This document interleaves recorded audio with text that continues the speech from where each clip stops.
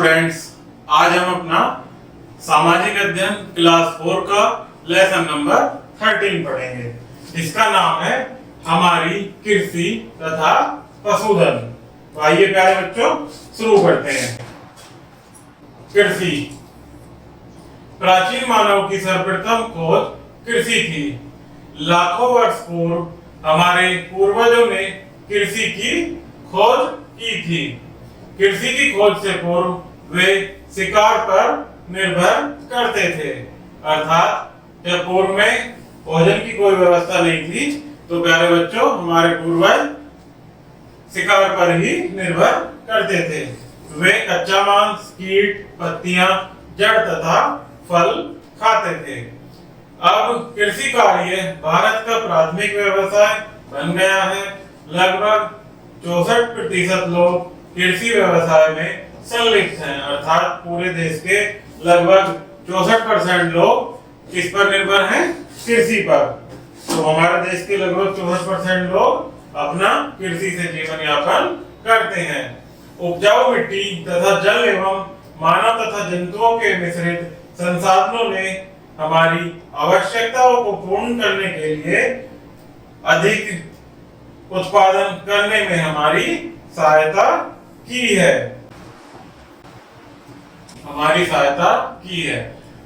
1950 से सन 1993 के समय को हरित क्रांति का काल कहा जाता है, अर्थात 50 से 93 के समय को क्या कहते हैं प्यारे बच्चों? हरित क्रांति का काल। भारतीय कृषि भारत की अर्थव्यवस्था का आधार है, अतः कृषि द्वारा अधिक से अधिक धन अर्जित किया जाता है, अर्थात हमारे देश की आधे से ज्यादा जनसंख्या लगभग कृषि पर निर्भर है। मुख्य खाद्य फसलें। भारत में विभिन्न प्रकार की फसलों को उगाया जाता है। ये निम्न प्रकार हैं। अनाज फसलें। हमारे देश में फसलों की मुख्य 2 ऋतुएं होती हैं। खरीफ ऋतु। खरीफ ऋतु का प्रारंभ जुलाई में मानसून के आगमन से प्रारंभ होता है, अर्थात जब जुलाई में मानसून आता है तब हमारी खरीफ ऋतु का प्रारंभ होता है। अक्टूबर में मानसून के अंत में फसल कटाई के लिए तैयार हो जाती है। रबी ऋतु दूसरी मुख्य हमारी ऋतु है। रबी ऋतु का प्रारंभ नवंबर से होता है तथा संपूर्ण शीत ऋतु तक चलता है, अर्थात प्यारे बच्चों हमारी कौन कौन सी 2 मुख्य ऋतुएं होती हैं? खरीफ ऋतु और रबी ऋतु। अब देखते हैं हमारी कुछ अनाज फसलें।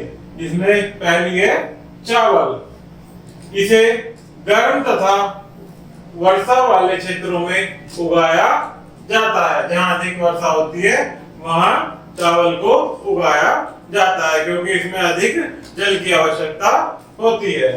भारत में पश्चिम बंगाल, उत्तर प्रदेश, आंध्र प्रदेश, पंजाब, तमिलनाडु तथा असम चावल के उत्पादक राज्य हैं। मक्का दूसरी हमारी अनाज फसल है प्यारे बच्चों, मक्का। इसे कर्नाटक, बिहार, आंध्र प्रदेश तथा उत्तर प्रदेश में उगाया जाता है। तीसरी हमारी अनाज फसल है प्यारे बच्चों, कौन सी है? गेहूं। यह भारत की अति महत्वपूर्ण फसल है, क्योंकि यह हमारे भोजन के रूप में अत्यधिक लोकप्रिय है और अत्यधिक हमारे देश में हमारे शरीर की पूर्ति का भोजन की पूर्ति के लिए आवश्यक है। इसकी कृषि सर्दियों में की जाती है। भारत में इसका उत्पादन पंजाब, हरियाणा, उत्तर प्रदेश तथा मध्य प्रदेश के क्षेत्रों में किया जाता है। नेक्स्ट है मोटा अनाज। ज्वार, बाजरा तथा रागी को मोटा अनाज कहते हैं। तो कौन कौन से होते हैं प्यारे बच्चों हमारे मोटे अनाज? ज्वार, बाजरा तथा रागी। इन्हें मानसून में उगाया जाता है। इन्हें मुख्यतः प्रायद्वीपीय भारत में उगाया जाता है, अर्थात प्रायद्वीपीय क्षेत्रों में मानसून के समय में उगाया जाता है। ये पिक्चरों के माध्यम से प्यारे बच्चों आप देख सकते हैं फसलों के जैसे गेहूं, चावल और मक्का के फोटोज। नकदी फसलें, कुछ हमारी नकदी फसलें होती हैं जैसे गन्ना। यह भी भारत की अति महत्वपूर्ण फसल है। इसे अच्छी सिंचित उपजाऊ मिट्टी में उगाया जाता है। इसका प्रयोग गुड़ तथा चीनी बनाने में किया जाता है। चीनी व्यापार इसी पर ही निर्भर होता है, क्योंकि चीनी का जो निर्माण है वो किससे किया जाता है प्यारे बच्चों? गन्ने की फसल से। जितना अधिक गन्ने की फसल होगी उतना ही हमारा चीनी व्यापार प्रगति करेगा। इसे अधिकतर तमिलनाडु, महाराष्ट्र तथा बिहार में उगाया जाता है।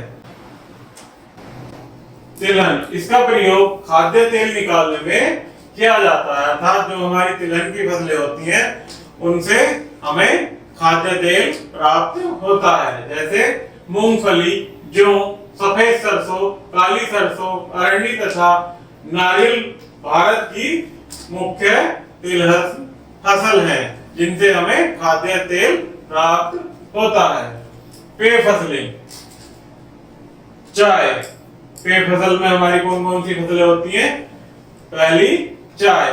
यह भारत की अत्यधिक लोकप्रिय पेय फसल है।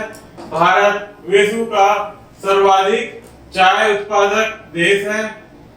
असम, दार्जिलिंग, त्रिपुरा तथा केरल में चाय की सर्वाधिक कृषि की जाती है।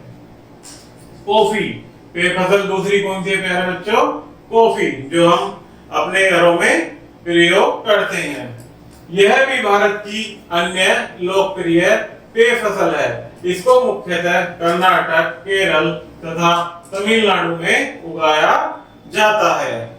मसाले, इनकी खेती कर्नाटक तथा केरल में की जाती है। यहाँ पर मुख्यतः काली मिर्च, लौंग, इलायची, हल्दी तथा दालचीनी की खेती की जाती है। हमारे मसाले के रूप में कौन कौन से क्षेत्र मुख्य हैं प्यारे बच्चों हमारे देश में? केरल और कर्नाटक। विशेष रूप से यहाँ पर हमारे मसालों की खेती की जाती है। रेशेदार फसलें, कुछ हमारी रेशेदार फसलें होती हैं प्यारे बच्चों, जैसे सूंठ। यह एक रेशेदार फसल है। कपास की खेती काली मिट्टी में की जाती है। गुजरात तथा महाराष्ट्र सर्वाधिक कपास उत्पादक राज्य हैं, अर्थात हमारा कपास की जो खेती है सर्वाधिक कहाँ होती है प्यारे बच्चों? गुजरात तथा महाराष्ट्र में। कपास की खेती हरियाणा, पंजाब, मध्य प्रदेश, कर्नाटक तथा तमिलनाडु में भी की जाती है। जूट, दूसरी हमारी रेशेदार फसल कौन सी है प्यारे बच्चों? पहली है सूत, दूसरी है जूट। इसे सुनहरा रेशा भी कहते हैं। इसका प्रयोग थैले, कालीन, पर्दे बनाने में किया जाता है। इसी खेती को पश्चिम बंगाल के डेल्टा क्षेत्र में की जाती है, अर्थात जूट की खेती कहाँ की जाती है प्यारे बच्चों? जो पश्चिम बंगाल के डेल्टा क्षेत्र होते हैं वहां जूट की खेती की जाती है। इसके अलावा असम, बिहार, आंध्र प्रदेश और उड़ीसा भारत के अन्य कुछ जूट उत्पादक राज्य हैं। पश्चिम बंगाल के अलावा भी इन क्षेत्रों में जूट का उत्पादन किया जाता है। औद्योगिक फसलें, कुछ हमारी औद्योगिक फसलें होती हैं जिसमें रबड़, यह भारत की महत्वपूर्ण औद्योगिक फसल है। इसका प्रयोग मुख्यतः सड़क के सभी वाहनों के टायर एवं ट्यूब बनाने में किया जाता है। रबड़ का उत्पादन मुख्यतः केरल तथा तमिलनाडु में किया जाता है, अर्थात रबड़ कहाँ इस्तेमाल की जाती है प्यारे बच्चों? सड़क पर चलने वाले वाहनों के टायर और ट्यूबों के निर्माण में। यह मुख्यतः कहाँ की जाती है इसकी फसल उत्पादन? केरल तथा तमिलनाडु में। पशुधन, धन अर्जित करने का महत्वपूर्ण स्रोत पशु भी है, अर्थात धन प्राप्त करने के लिए हम पशुपालन भी हमारे जीवन में अत्यधिक महत्वपूर्ण है। प्रत्येक देश की अर्थव्यवस्था का अधिकतर भाग पशुओं पर निर्भर करता है। कुछ पशुओं का दूध, ऊन तथा मांस के लिए पाला जाता है, अर्थात कुछ पशुओं में दूध, ऊन तथा कच्चा मांस भी उनसे प्राप्त होता है। गाय तथा भैंसों को दूध, क्रीम, पनीर, मक्खन, दही तथा मिठाइयों के लिए पाला जाता है। बकरी तथा भेड़ों से हमें दूध, ऊन तथा मांस प्राप्त होता है। हमारी सरकार ने दूध उत्पादन की वृद्धि के लिए विशेष कदम उठाए हैं। इसे श्वेत क्रांति अथवा ऑपरेशन फ्लड कार्यक्रम भी कहा जाता है, अर्थात दूध से संबंधित क्रांति कौन सी होती है हमारी, तो प्यारे बच्चों उसे कहते हैं श्वेत क्रांति या ऑपरेशन फ्लड कार्यक्रम।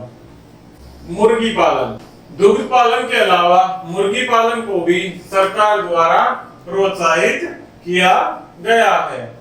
मुर्गी पालन का उद्देश्य भोजन के लिए मांस तथा अंडों को प्राप्त करने के लिए मुर्गियों को पालना है। तो हमें अंडे तथा मांस की प्राप्ति के लिए किन्हें पाला जाता है प्यारे बच्चों, मुर्गियों को, अर्थात मुर्गी पालन के लिए हमें इनका पालन का उद्देश्य भोजन के लिए मांस तथा अंडों को प्राप्त करना है।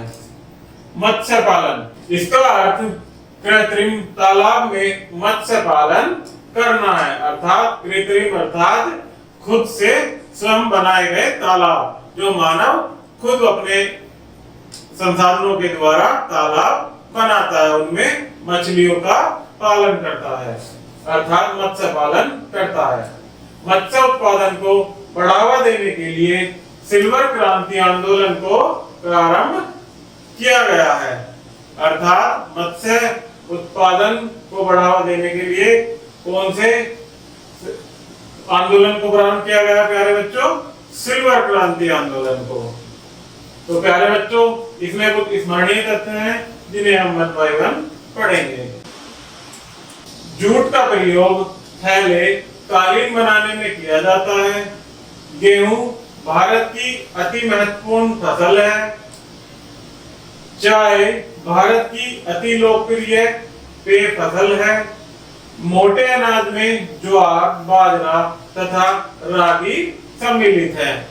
जो कि हमारे ज्वार और बाजरा होते हैं, ये कौन से हमारे अनाज हैं, मोटे अनाज। गन्ने का प्रयोग गुड़, खांड तथा चीनी बनाने में किया जाता है। कॉफी का मुख्यतः कर्नाटक, केरल तथा तमिलनाडु में उगाया जाता है। तो प्यारे बच्चों यह हमारा लेसन समाप्त हुआ। इसमें किसी प्रकार की कोई समस्या हो तो कृपया कमेंट बॉक्स में कमेंट कीजिएगा। धन्यवाद।